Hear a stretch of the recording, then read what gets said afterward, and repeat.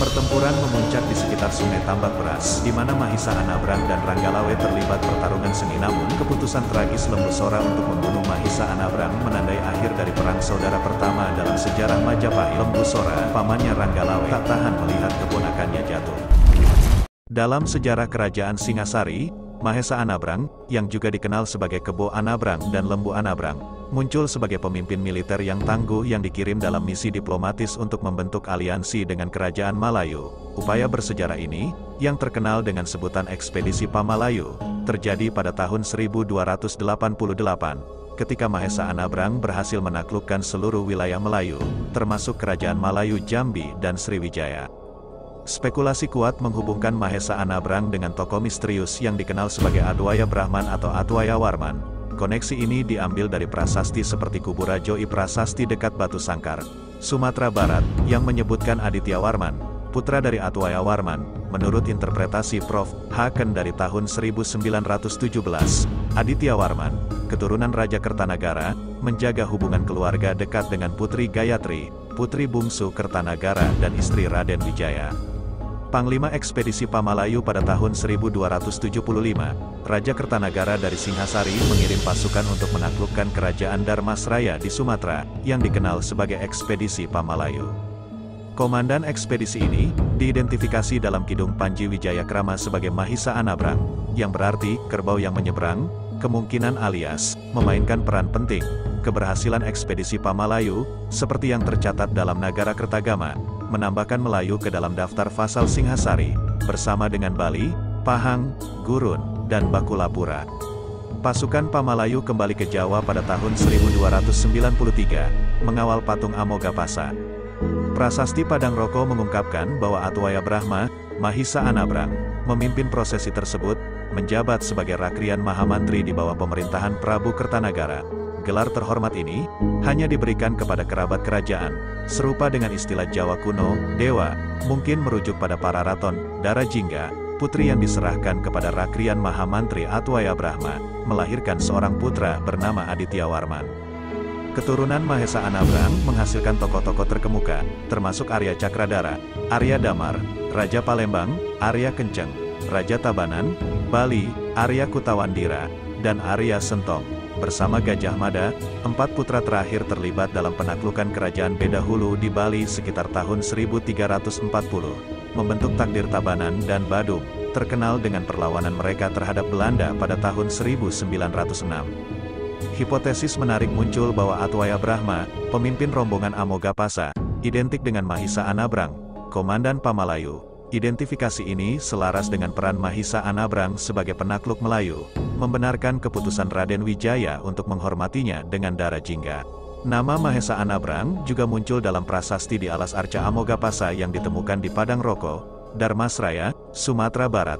Pembacaan R. Pitono menunjukkan bahwa patung itu adalah hadiah pernikahan Kertanagara untuk seorang bangsawan Sumatera, diawali oleh Rakyan Mahamantri Dia Adwaya Brahma, dan ke-14 pengiringnya dari Jawa Bumi ke Suwarna Bumi. Setelah berhasil menyelesaikan misinya, Mahesa Anabrang kembali dengan Dara Jingga dan Dara Petak, beserta keluarganya, untuk bertemu dengan Prabu.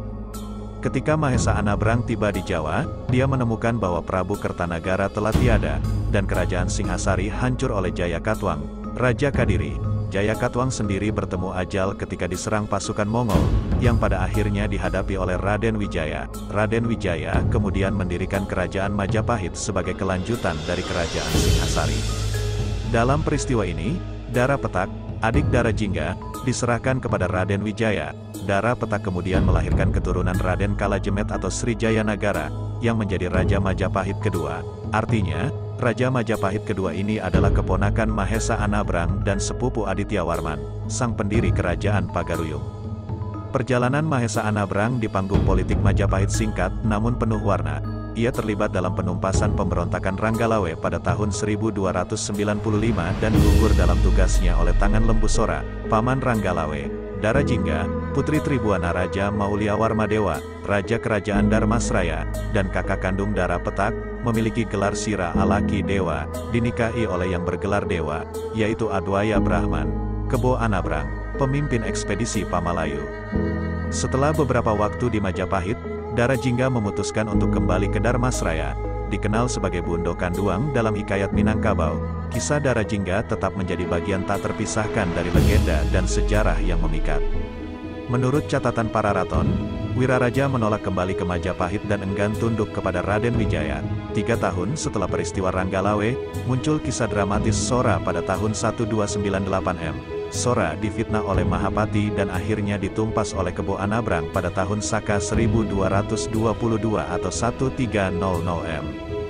Dalam perspektif Pararaton, Kebo Anabrang ternyata masih hidup pada tahun 1300 M. Bertentangan dengan narasi Kidung Panji Wijayakrama dan Kidung Ranggalawe yang mencatat bahwa Kebo Anabrang gugur bersamaan dengan Ranggalawe. Kedua kidung ini bersumber dari Pararaton, dan sebagai sumber sejarah yang lebih kredibel, Pararaton dapat dianggap sebagai naskah yang lebih terpercaya terkait riwayat Kebo Anabrang. Kebo Anabrang, sebagai tokoh senior di bawah Arya Wiraraja dan Arya Adikara, memiliki usia sebanding dengan Empu Sora. Saat berangkat ke Malayu pada usia sekitar 25 tahun, Kebo Anabrang dianggap sebagai sang pranaraja Empu Sina, salah satu menteri Pasangguhan seperti yang tercantum dalam prasasti Kudadu dan Penanggungan. Kebo Anabrang, pejuang utama Singhasari, dihormati sebagai tokoh yang berhasil memimpin penaklukan Malayu. Pengangkatan Kebo Anabrang oleh Raden Wijaya, mantan Panglima Ekspedisi Pamalayu, menjadi strategi untuk meredam kelompok yang mencoba menghalangi penobatannya sebagai Raja Majapahit. Saat kembali ke Jawa, Kebo Anabrang membawa armada besar yang siap bergerak kemanapun. Mereka adalah para pejuang gagah yang telah merajut kisah keberanian di negeri orang. Pengangkatan Kebo Anabrang sebagai anggota Dewan Menteri Pasangguhan diakui sebagai penghargaan kepada pahlawan agung Singhasari. Kebo Anabrang, atau yang kemudian dikenal sebagai Sang Pranaraja Empu Sina, menjadi tokoh utama yang mendukung pemerintahan Jayanegara.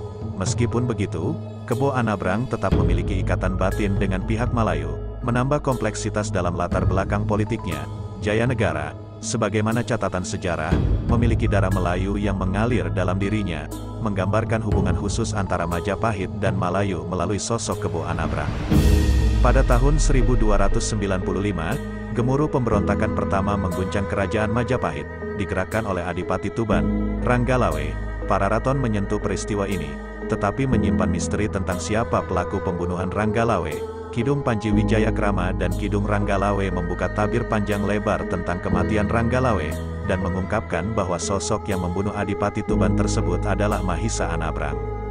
Ceritanya mencatat bahwa pasukan Majapahit di bawah pimpinan Nambi, Lembu Sora, dan Mahisa Anabrang bergerak untuk menumpas Ranggalawe. Pertempuran memuncak di sekitar Sungai Tambak Beras, di mana Mahisa Anabrang dan Ranggalawe terlibat pertarungan sengit di dalam sungai. Akhirnya, Mahisa Anabrang berhasil menaklukkan Ranggalawe. Namun, kisah tragis muncul saat Lembu Sora, pamannya Ranggalawe, tak tahan melihat keponakannya jatuh. Tanpa ampun, Lembu Sora membunuh Mahisa Anabrang dari belakang, mengakhiri nyawa rekan setimnya. Tewasnya Ranggalawe menandai akhir dari perang saudara pertama dalam sejarah Majapahit.